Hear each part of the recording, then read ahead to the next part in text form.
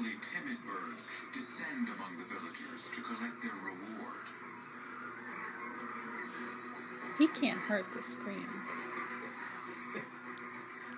Like the Japanese, the people here treasure the return of the cranes, scattering grain each day to encourage them down.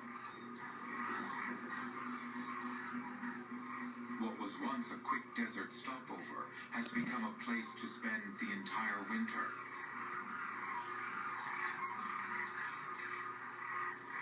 The cranes have even changed their migration routes to converge on this welcoming spot.